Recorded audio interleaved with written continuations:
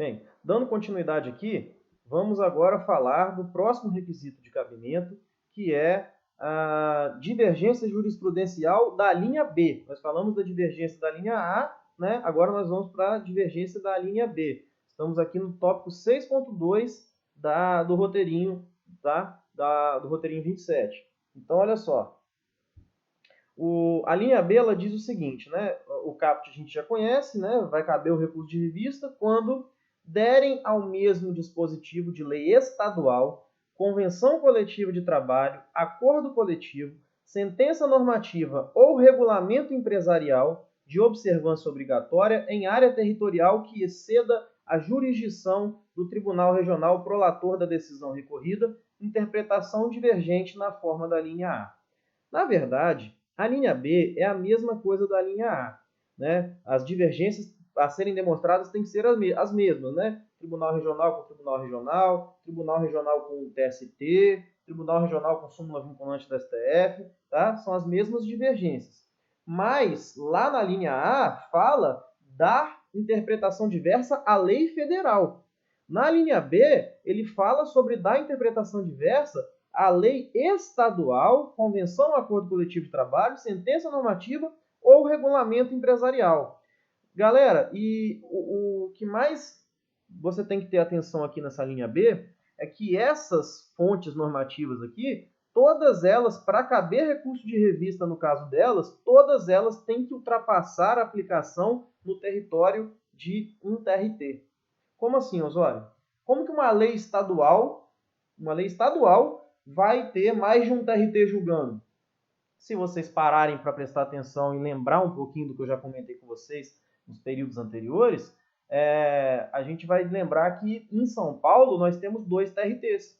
Tem o TRT da 2ª região, que é o da capital, e temos o TRT da 15ª região, que é o TRT de Campinas. Então, uma lei estadual, se ela trouxer alguma regra que vai se aplicar nos casos trabalhistas, obviamente pode ser que ela vai ser aplicada tanto no âmbito do TRT da 2ª quanto no âmbito do TRT da 15ª região, porque ela é estadual, então ela vai pegar tanto São Paulo, capital, quanto Campinas. Daí o que acontece?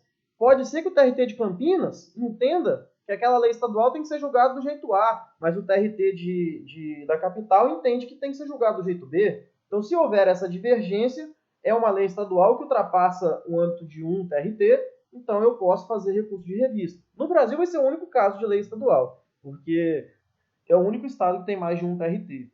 Tá? Agora, no caso de convenção coletiva ou acordo coletivo, vai depender muito, sentença normativa também, vai depender muito da extensão territorial do sindicato, né? Porque muitas vezes você tem sindicato que pega o pedaço do Espírito Santo, o pedaço da Bahia, o pedaço de Minas, né?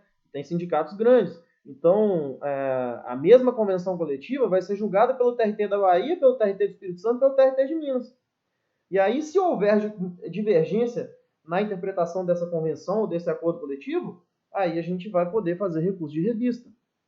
Tá? Regulamento interno, professor, regulamento empresarial.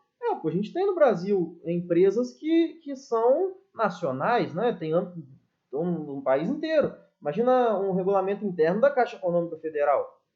A gente tem em tudo que é lugar. Então a gente vai ter, às vezes, o mesmo regulamento sendo julgado por mais de um TRT. Tá? Então, assim, a linha B ela não muda no sentido de cabimento de divergência em relação à linha A no que se refere aos tribunais. Ela muda em relação aos próprios diplomas normativos. Né? Enquanto a linha A fala de lei federal, a linha B vai falar de lei estadual, convenção coletiva, acordo coletivo, sentença normativa ou regulamento interno da empresa. Ok? Lembrando que todos esses diplomas têm que extrapolar o âmbito de um TRT. Aí eu até coloquei para vocês aqui a orientação jurisprudencial 147 do TST, da SDI 1. Veja bem, é inadmissível recurso de revista fundado tão somente em divergência jurisprudencial se a parte não comprovar que a lei estadual, a norma coletiva ou o regulamento da empresa extrapolam o âmbito do TRT prolator da decisão recorrida.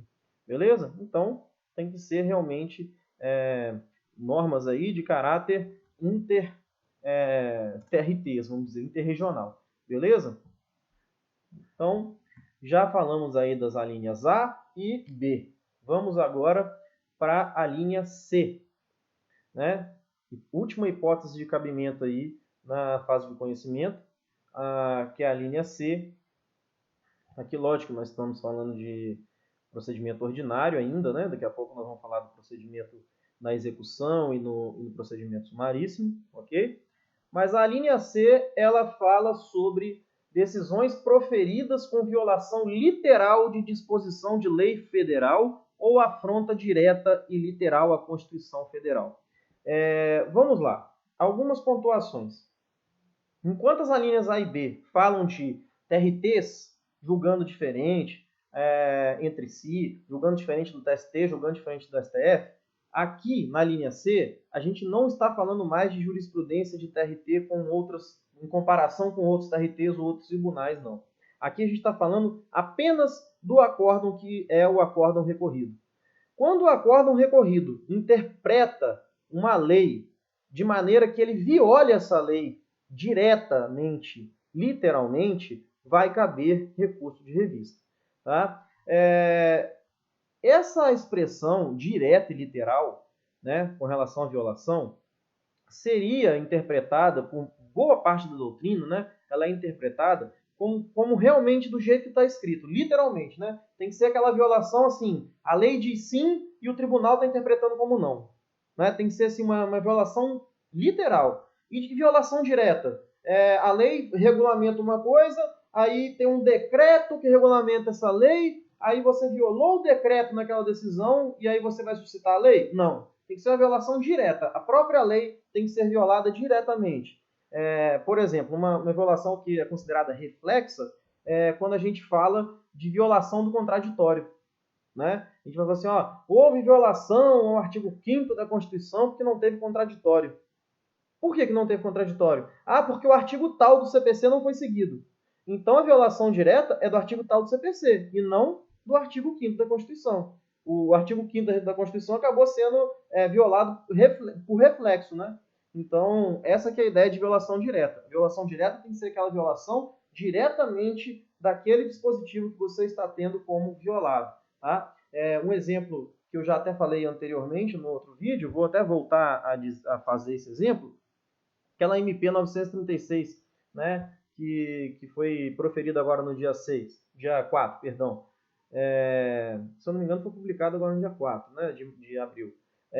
O que aconteceu? Foi, para quem não assistiu, já assistiu há mais tempo o vídeo anterior, foi publicada a MP de maneira que foi permitida a redução salarial, a suspensão contratual, mediante acordo individual com o trabalhador, certo?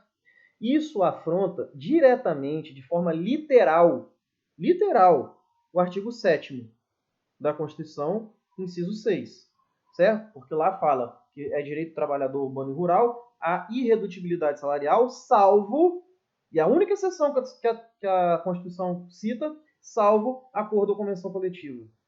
Tá? Então, quando eu falo que pode ser acordo individual, eu estou violando diretamente, literalmente, o que está na Constituição. Certo? Nesse caso, vai caber recurso de revista, se por acaso tiver um acórdão de tribunal que disser que isso é constitucional, porque aí é uma violação direta à Constituição, literal da Constituição.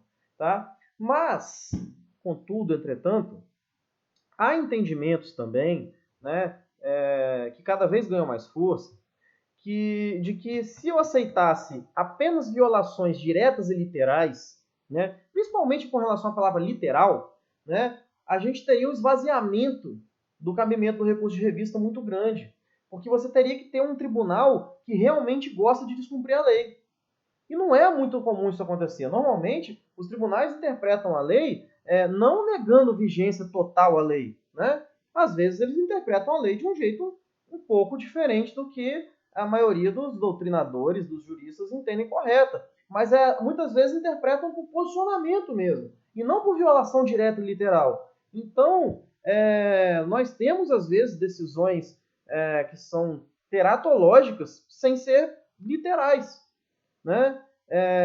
E aí, quando isso acontece, Em tese, né, se a gente admitisse apenas violação literal como cabimento, a gente não poderia fazer recurso de revista. Mas hoje, né, eu posso até dizer para vocês que não é necessário que a violação seja realmente literal. Basta que ela seja uma violação que foge do razoável, né, uma interpretação que foge do razoável, para caber o recurso de revista. É por isso, inclusive, que na súmula 221, que fala também de hipótese de cabimento do recurso de revista, o item 2 foi cancelado, que era o item que exigia a violação realmente literal. Tá? Então, isso foi mudando com o tempo e hoje não precisa ser realmente literal a violação, desde que seja realmente uma violação, como se diz, uma violação que for uma decisão que fuja muito do razoável, já é cabível o recurso de revista. Tá? Então, para a gente finalizar essa questão da violação de lei, eu tenho para dizer para vocês que neste caso, né, direito processual do trabalho, a gente sabe, né, que na maioria das vezes a gente não precisa ficar citando dispositivos legais, né, na própria inicial a gente nem tem fundamentos jurídicos, porque a gente tem aplicação muito ferrenha do iura nobis curia, né, o juiz conhece o direito. Mas se você estiver fazendo um recurso de revista amparado na linha C do artigo 896, ou seja, dizendo que há uma violação de lei ou que há uma violação à Constituição, daí é interessante você... Interessante não, né? É obrigatório que você delimite expressamente no seu recurso qual é o artigo violado da Constituição, qual é o artigo violado da lei. Tá? Então é uma mitigação do iura nobis curia, porque você precisa sim mostrar qual é o artigo violado, senão, né, não tem nem como o tribunal analisar sob o prisma da linha C, porque a linha C fala em violação legal ou constitucional. Tá? Então na súmula 221, depois da revogação do item 2, né, ela ficou com uma redaçãozinha só, que diz o seguinte: a admissibilidade do recurso de revista por violação tem como pressuposto a indicação expressa do dispositivo de lei ou da Constituição tido como violado. Beleza? É por isso, vou fazer um parêntese aqui, é por isso que eu entendo e faço crítica, eu tenho uma crítica ferrenha contra o ius postulandi na Justiça do Trabalho, ius postulandi, especialmente o recursal, né, porque eu não sei se vocês lembram, mas para o TST é possível o ius postulandi para fazer recurso ordinário. Né? Só que no recurso ordinário, você já deveria preparar o terreno para um eventual recurso de revista. Ou seja, se a sentença violou alguma lei ou violou a Constituição, o ideal é que no recurso ordinário você já aponte qual artigo de lei, qual artigo da Constituição que está sendo violado, para você poder discutir e depois mandar para o TST. Né? Agora, se a pessoa nem é advogado, muito provavelmente ela não vai fazer isso, ela não vai tomar esse cuidado e pode ter um prejuízo depois na hora da interposição do recurso de revista. Né? Enfim, eu acho extremamente equivocado aceitar os postulantes no X trabalho como um todo, mas principalmente nessa parte recursal, certo? Mas fica aí para vocês essa informação de que se você estiver se baseando na linha C, obviamente você tem que demonstrar qual artigo de lei, qual artigo da Constituição que está sendo violado. Beleza? Continuando aí, então, agora nós já sabemos, né, quais são as três hipóteses de cabimento, seja por divergências da linha A e B, seja por violação de lei ou Constituição na linha C, e vamos falar agora como funciona o recurso de revista na execução. Tá? Na execução, pessoal, a gente não vai aplicar as hipóteses das alíneas A, B e C por completo. Tá? Na verdade, aqui eu quero fazer com vocês uma lembrança, que existem dois tipos de execução. Existe a execução lato sensu e a execução stricto sensu. Né? A execução lato sensu é aquela ação de execução. Tá? Aquela ação de execução de título extrajudicial, por exemplo. Certo? Essa ação ela já começa na fase de execução. Ela não tem um conhecimento prévio. Né? Não tem uma fase de conhecimento prévio. E tem também a ação que começa com a fase de conhecimento e desemboca na execução, que no processo civil é chamado de cumprimento de sentença. Tá? Então vamos fazer aqui um paralelo com o processo civil. Vocês aprenderam lá que existe o cumprimento de sentença e a execução. né? Execução normalmente de título executivo extrajudicial e o cumprimento de sentença de títulos judiciais que foram decididos em fase de conhecimento e você continua o processo com a fase de cumprimento de sentença, né? Aí o que acontece? No processo do trabalho, também vamos ter essa diferenciação. A gente tem aquele processo que começa com uma fase de conhecimento, vai para a fase de execução depois que a sentença transita em julgado. E temos também, por outro lado, aquele processo que já começa na execução. Por exemplo, uma execução fiscal que é iniciada pelo Ministério, pela União, né, por uma multa do Ministério da Economia, o antigo Ministério do Trabalho, né? Nesse caso, você está tendo uma execução fiscal de multa trabalhista, você já começa com a execução, você não tem fase de conhecimento, né? O título é título executivo extrajudicial. Então, a gente tem que ter em mente que existem essas duas possibilidades no processo de trabalho também. Existe a execução estrito sensu, que é aquela que se assemelha ao cumprimento de sentença, e existe a execução lato sensu, que é aquela que se assemelha às execuções de título extrajudicial que vocês aprendem lá no processo civil, tá? E para cada um desses dois tipos de execução, nós vamos ter regras diferentes para o recurso de revista, tá? Isso está previsto, inclusive, nos parágrafos 2º e 10 do artigo 896. O parágrafo 2º, ele vai fazer referência aos processos que tiveram a fase de conhecimento, tiveram um processo de conhecimento e estão na execução, certo? Então, partindo dessa premissa, recurso de revista em execução de sentença só vai ser cabível quando violar a Constituição Federal. Tá? Vou plagiar aqui a professora Ariana Manfredini, que acho que é esse nome mesmo, ela tinha até uma musiquinha que ela falava: recurso de revista na execução só quando ofender a Constituição. É uma musiquinha boba, mas que pega na cabeça da gente. Eu ouvi isso daí há uns 8 anos atrás, até hoje está isso na minha cabeça, mas faz a gente gravar, né? Essa execução, a que eu fiz referência agora, é a execução de sentença, tudo bem? Então, quando houver, é o parágrafo 2º, das decisões proferidas pelos tribunais regionais do trabalho ou por suas turmas em execução de sentença, inclusive em processo incidente de embargo de terceiro, não caberá recurso de revista, salvo na hipótese de ofensa direta e literal de norma da Constituição Federal. Ou seja, não se aplica a linha A, não se aplica a linha B e a linha C não se aplica para a lei, só para a Constituição. A única hipótese de cabimento na execução é se violar a Constituição. Por que isso, Osório? Porque na execução não é momento de ficar discutindo muito, não é momento de ficar fazendo o processo ficar grande, é o momento de fazer o processo ficar pequeno, para pagar logo. Tá? A ideia da CLT é privilegiar aqui a celeridade. Tudo bem? Agora, se eu estiver falando de execução lato sensu, ou seja, não estou falando de execução de sentença mais. Se eu estiver falando de execução daquelas ações de execução, por exemplo, de execução fiscal, aí o buraco é mais embaixo. Olha, e não vai ser igual, né? A gente não vai ter tanta restrição quanto a gente tem com a execução de sentença. A mesma coisa acontece se na execução de sentença a discussão que estiver no recurso de revista for sobre certidão negativa de débitos trabalhistas, CNDT. Tá? Olha o parágrafo 10. Cabe recurso de revista por violação à lei federal, por divergência jurisprudencial e por ofensa à Constituição Federal, ou seja, as linhas A e C, tá? Só a B que não vai caber, nas execuções fiscais.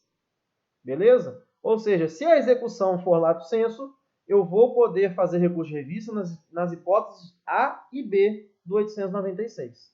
Tudo bem? Agora, nas execuções de sentença, não. Só por violação à Constituição. Beleza? E ele continua aqui. Nas execuções fiscais e nas controvérsias da fase de execução, e aqui podem complementar se quiserem, né? Na fase de execução de sentença, que envolvam certidão negativa de débitos trabalhistas, criada pela Lei 12.440, de 7 de julho de 2011. Tá? Então, percebam, nós temos execução de sentença, essa só vai caber recurso de revista se o acórdão no TRT violar a Constituição, e nós temos execução lato sensu, execuções fiscais, por exemplo. Nessas, só não cabe a linha B, tudo bem? Quando eu falar de certidão negativa de débito trabalhista, ela vai aparecer tanto na execução de sentença quanto na execução lato sensu. Não interessa. Qualquer lugar que ela aparecer, vai caber recurso de revista. Quando se tratar de discussão sobre ela, das alíneas A e C. Tá? É só a linha B que não vai caber em execução. Ok? Já no procedimento sumaríssimo, aí a gente tem uma restrição também. Tá? E aí essa restrição do sumaríssimo, obviamente, eu estou falando da fase de conhecimento, que na fase de execução a gente já viu que tem um procedimento específico, que é o seguinte. Parágrafo 9º do artigo 896. Nas causas sujeitas ao procedimento sumaríssimo, somente será admitido recurso de revista por contrariedade à súmula de jurisprudência uniforme do Tribunal Superior do Trabalho ou súmula vinculante do Supremo Tribunal Federal ou violação direta da Constituição Federal. Então, olha só. No rito sumaríssimo, pessoal, a gente pode perceber que a gente não tem possibilidade de suscitar divergência jurisprudencial entre TRTs. Por exemplo, a gente não tem possibilidade de suscitar violação de lei, por exemplo. Tem que ser violação só da Constituição. Se for divergência jurisprudencial, só se for divergência entre a decisão recorrida e uma súmula, seja ela do TST ou seja ela vinculante do STF. Então aqui a gente pode perceber que no rito sumaríssimo, né, procedimento sumaríssimo, a gente tem um julgamento muito grande das hipóteses. Né? A hipótese da linha B não existe. A hipótese da linha A fica restrita somente à divergência com o TST por meio da súmula do TST, ou seja, orientação jurisprudencial não serve, tá? Divergência entre tribunais regionais não serve. E com relação à letra C, somente violação da Constituição. Não cabe também com relação à violação de lei. Beleza? Então, letra B não cabe. Letra A, só súmula, né? Seja ela a vinculante do Supremo ou súmula do TST. E na letra C, só Constituição Federal. Lei não cabe. Beleza? Então, eu até coloquei aqui embaixo para vocês, né? Constituição e súmulas. TST ou STF. Lembrando que a do STF tem que ser a vinculante. Orientação jurisprudencial está fora. A súmula 442 do TST, inclusive, fala sobre isso. A gente pode até dar uma lida aqui, ó, está no material de vocês. Nas causas sujeitas ao procedimento sumaríssimo, a admissibilidade de recurso de revista está limitada à demonstração de violação direta a dispositivo da Constituição Federal ou contrariedade à súmula do Tribunal Superior do Trabalho, não se admitindo o recurso por contrariedade à orientação jurisprudencial deste tribunal, ante ausência de previsão do artigo 896, parágrafo 6º. Logo, não cabe, né, recurso de revista de OJ, tá? Orientação jurisprudencial não cabe. Beleza? Então, esses são os requisitos, né, de cabimento, né, essas são as hipóteses de cabimento do recurso de revista. São hipóteses das alíneas A, B e C, e são hipóteses que são mitigadas nas ações de execução, sejam elas lato ou estrito sensu, e nas hipóteses, na hipótese de procedimento sumaríssimo. Professor, e o procedimento sumário? Bom, procedimento sumário não cabe, né? Lembra? Sentença procedimento sumário, no máximo que você vai conseguir fazer de recurso vai ser diretamente um recurso extraordinário, tá? Não cabe recurso de revista. Não cabe nem ordinário. Beleza? Bom, pessoal, acho que por hoje, para esta semana, tá bom já de falar de recurso de revista. Na semana que vem eu vou colocar o videozinho aqui para terminar esse roteiro com vocês, tá? Esse roteiro aqui a partir do tópico 7, nós vamos falar dos requisitos específicos, comentar sobre pré-questionamento e também os requisitos que foram trazidos ali pelo parágrafo 1º A do artigo 896, tá? E terminar o roteirinho aí falando do recurso de revista e eu passo o exercício para vocês assim que a gente terminar na semana que vem, ok? Um abraço para todos, espero que todos estejam bem em saúde, saudade de vocês, abraço.